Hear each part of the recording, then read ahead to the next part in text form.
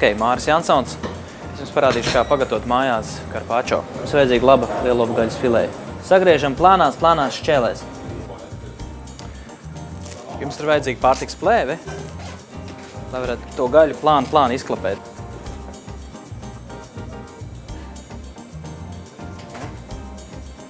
Tur vajadzīgs šāds āmurīts, kur viena mala ir plakana. Un tad smuki. Ja, klapējam. Tā, lai gaisma spīd cauri.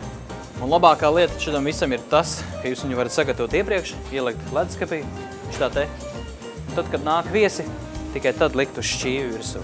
Mazliet argula apakšā, lai nepielīp klāt. Pie šķīvja. Mazliet olīveļa. Tas viss ir jādabana virsū uz šķīvi.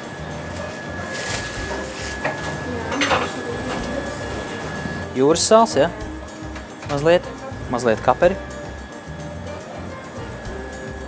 Ieliekam rukolu, svaigi maltu pipari, olīveļu. Olīveļa principā ir vienīgā mēdz, tāpēc viņu vajag likt bagātīgi.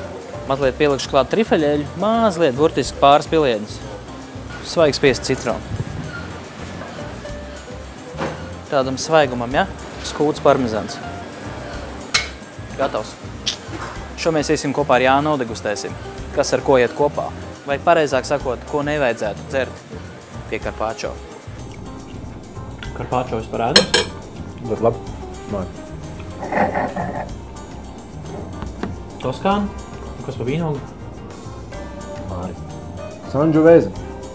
Sangiovese. Visa Toskāna No, es mažo ļoti labi. balstās uz Sangiovese. Šis tāds aparšs.